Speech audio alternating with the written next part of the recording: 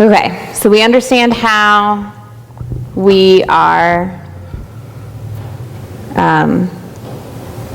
doing these things. So one thing I want to talk to you about is you were talking about community and how you have these people in your community. Okay, so I have, this is not like the first race conversation we've had in this building, and one of the things, or other places, and if we're here, then we have a vested interest in this conversation on some level.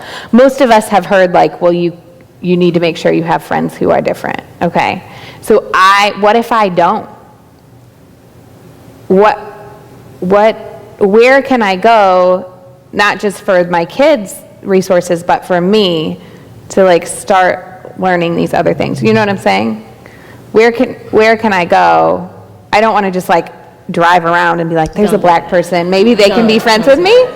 It's not a choice. That's not something I should be. Do not do that. Okay, just checking. Do not do that. Okay, I won't. So if I'm not supposed, I'm asking, if I'm not supposed to do that, what can I do? So I know that we don't all live in spaces where there's tons of diversity. I feel like if you live in East Atlanta, though, like you can make that happen. You can find a new friend. For me, I've found this community online, which some people are still iffy about, and so this is also something that I don't know if I told you this, that I'm building this community online now. So there's a whole separate group on Facebook that's raising and advocate the community. It's still really new, and I'm building this space for people to have these conversations, and I'm hoping that people will meet someone that is in their group. So my hope is that we're going to start having meetups at some point, and we're going to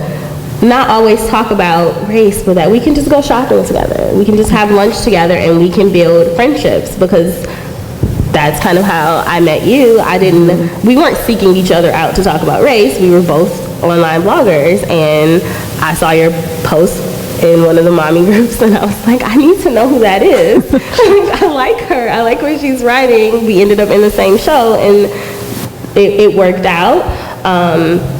So seeking out ways, and be genuine about it. Like, you want to make more friends. So if you have connected with a mom of color, and not just a black mom, because I feel like these conversations always become black and white moms. And they are not. It doesn't have to be that way. Find another mom of color, or my favorite thing to do, and I'm probably a few people from my son's school are here right now. So there aren't very many moms of color at his school, obviously, because I said there weren't very many children of color. And at first I didn't think it was genuine, but one thing that everyone did, like, they just kept coming up to me and were like, hi, we're so happy you're here. And I was like, oh, I don't trust you. I don't trust you.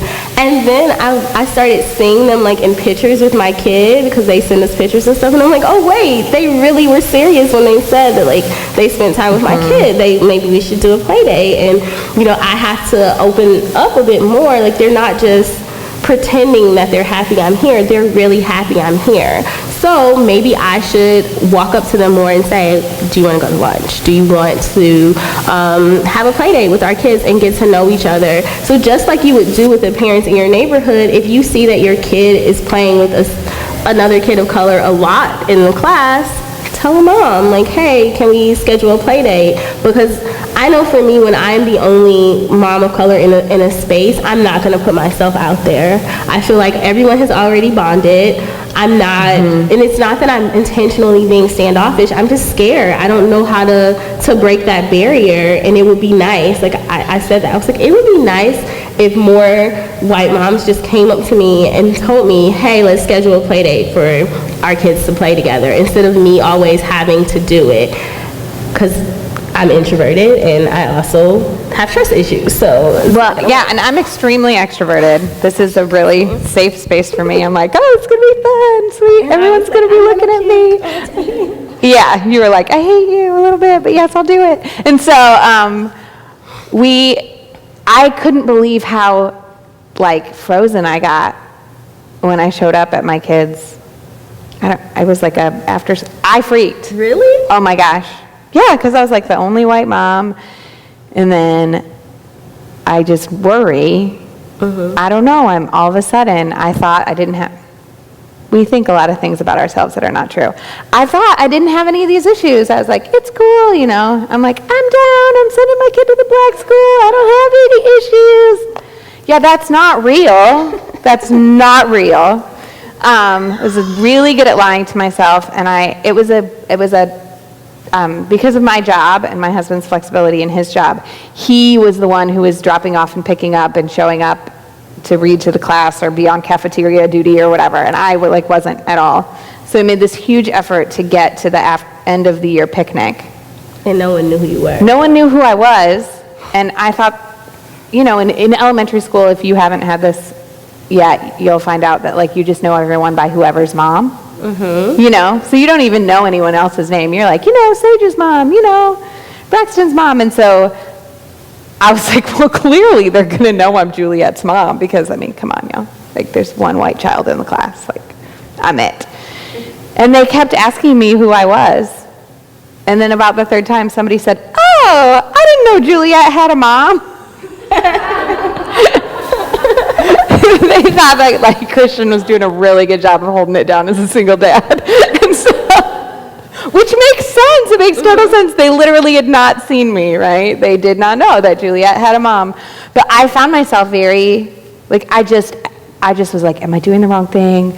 I came from work. I'm dressed too fancy. Oh my gosh, they're going to think I'm standoffish. And how do I, and then, like, you're just so wrapped up in your head that you're just, like, sitting there, like, don't mess it up. Don't mess it up. But if you think about it from a mom of color's perspective, that is our life Always. All the time. So always, unless our kid is at the black school, so then that's a safe space for us. Or we're at church, which I no longer do that, so I don't have that as a safe space anymore. But everything else, which is why I said we should center our kids in the house, because everywhere else, they're not going to be centered. There's only so many places where they are. And that's like, so this is my life all the time, especially in East Atlanta, for some reason, because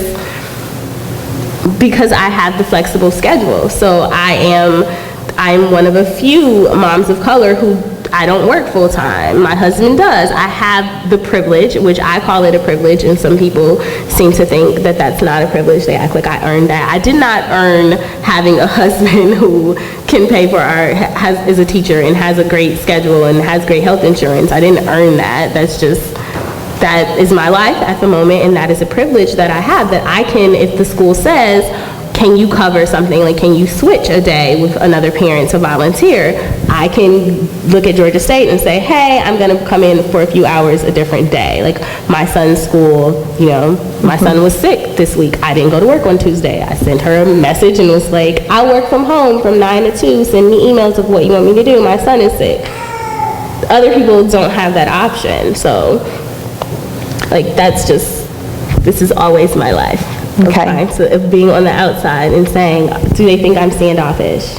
Or do they think I'm ghetto? That's what I have to, like, am I dressed a certain way? Am I not, like, you know, Braxton got really into hip hop, and I was so worried about, he's been into hip hop since he was like 2, and when he started school, I told my husband, I was like, look, he's gonna go in there, he's gonna be singing Kanye West, and everyone's gonna think that we're like the ghettoest parents ever, like we have to fix this. And my husband, Mr. like, has already dealt with this issue because my husband went to Morehouse, and so he had already been built up enough to know that this is all like what they want you to think, and I'm not changing myself. So when he gets here late, they went to a birthday party. He's not late. They went to a birthday party. When he comes in, you know, my husband is 6'2", and he has long locks. He's a big black man, and he walks in the room and he doesn't care. But I'm like the small one, and I am like, oh my God, they're gonna think all these things about us. And he's just like, look, you need to stand up straight, and you are a person, and you deserve respect, and don't freak out about this. Don't, you know. He was like, they're gonna see we're black and and what? Like, what are we? Like, we can't hide that. So like, he was like, so why can't my son like Kanye West. He can like Kanye West. It's okay. And I'm like, he needs to sing more Adele when we're in public. Like, he wants both. And I'm always like, why does he always sing Kanye West in public? Why can't he sing Adele? Like, That's awesome.